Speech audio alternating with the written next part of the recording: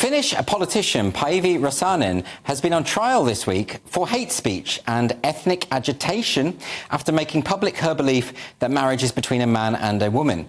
Rasanen was tried for violating Finland's hate speech laws on 3 occasions: in a tweet, a 2004 church pamphlet, and in a 2019 radio interview. A verdict in the trial, which obviously will have huge implications for free speech around the world, is now expected by the 30th of November. So here to tell us about the trial, I'm delighted to welcome Paul Coleman, Executive Director of ADF International, who helped with Paivi's defence.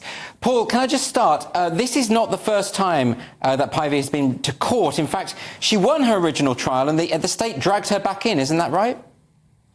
That's exactly right. It was over a year ago that she was fully acquitted in the district court. The Finnish system allows for a full appeal, so this isn't appeal on a narrow point of law. The whole case is being retried again, which now means that it's been going on now for over 4 years. There's been hours of police interrogation, about a year-long police investigation. Then there was the first trial. Now we've had this trial, and it really shows in these sort of hate speech cases that eventually the process becomes the punishment. What we'll be confused about is they'll be assuming she must have posted some rampant homophobic tweet. She actually posted a Bible verse and questioned the local government's the logic of backing Helsinki Pride. That, to me, doesn't sound particularly offensive. That's exactly what happened. Paivi is a member of the Lutheran Church. It became an official sponsor of the Helsinki Pride Parade, and she thought about what to do. She prayed, then she went and found her Bible, took a picture of some Bible verses, posted it to Twitter, and essentially asked, how does the teaching of the Lutheran Church and its decision to sponsor this parade align with the teachings of Scripture?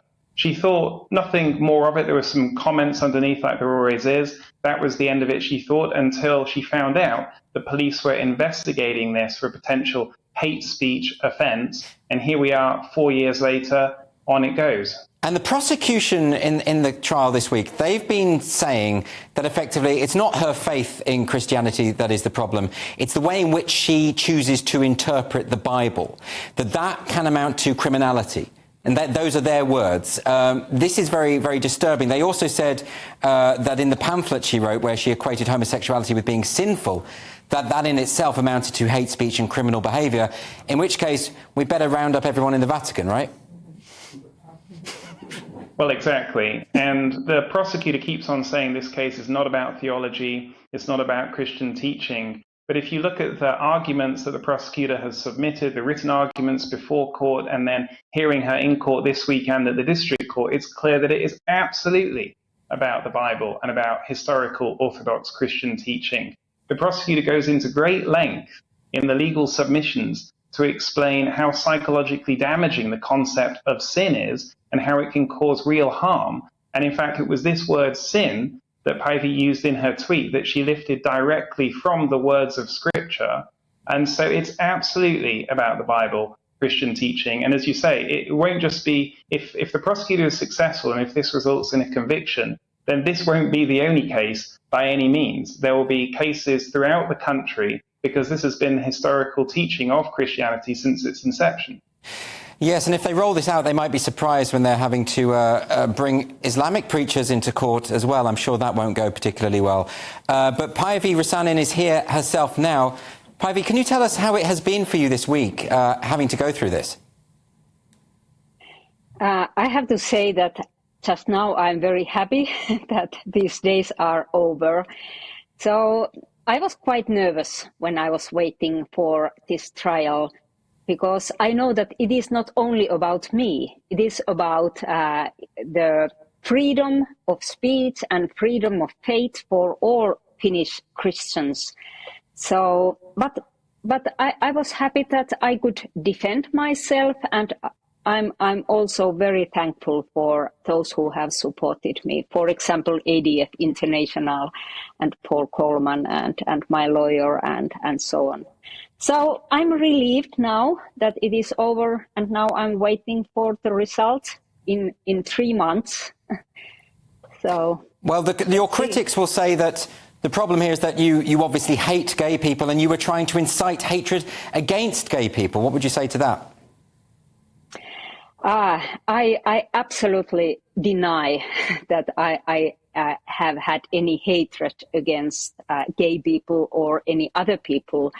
I believe, and my faith and my beliefs are that these opinions and these beliefs, they rise out of love, because I believe that God loves every human being. All human beings are equal. They are created as the image of God, but we all are sinners. And I think that it is God who says what is sin or what is not. What I have spoken, it is about, I would say, something that is classical Christianity, that Christians have believed for 2,000 years. So it is not about hatred. And I have to say that I feel that it is quite painful to be accused of hatred, because I think that it is about love, not hate. Oh, well, you know, the whole point of a free society is that people can have different views. I do disagree with your view on homosexuality being sinful, but you're entitled to hold those beliefs and I'm entitled to hold mine. That surely is how a society has to be run. What will the implications be if you're found guilty here? What will happen later down the line?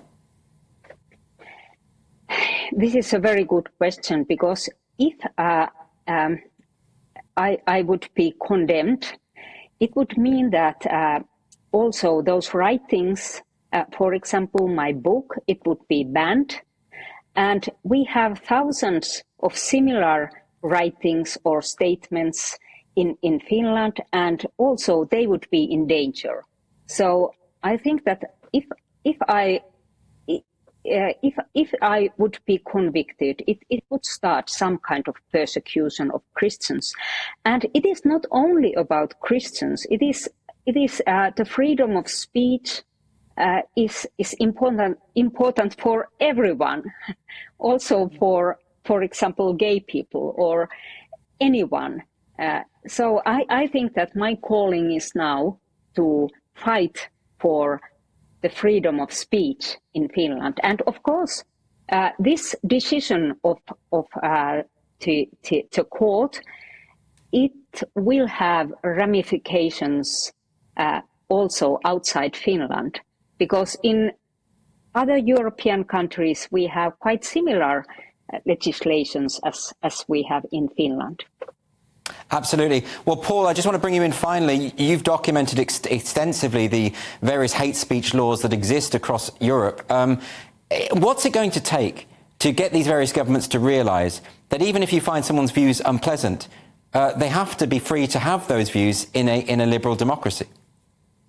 Absolutely. And I think that many people might hear this and come away with the takeaway, oh, it sounds really bad in Finland, or I'm glad I'm not there. And as you say, we have similar laws across Europe. This is a European, indeed a Western problem, a Western phenomenon, the rise of hate speech laws. These are vaguely worded. They are extremely subjective. They can be arbitrarily enforced against anyone who disagrees with the orthodoxies of the day. And they need wholesale reform and repeal. And failing that, then we need to continue to win these sorts of cases. So at least even if these bad laws remain on the books, they can be interpreted in a way that protects freedom of speech. Well, Paivi Rasanen and Paul Coleman, thanks ever so much for joining me tonight.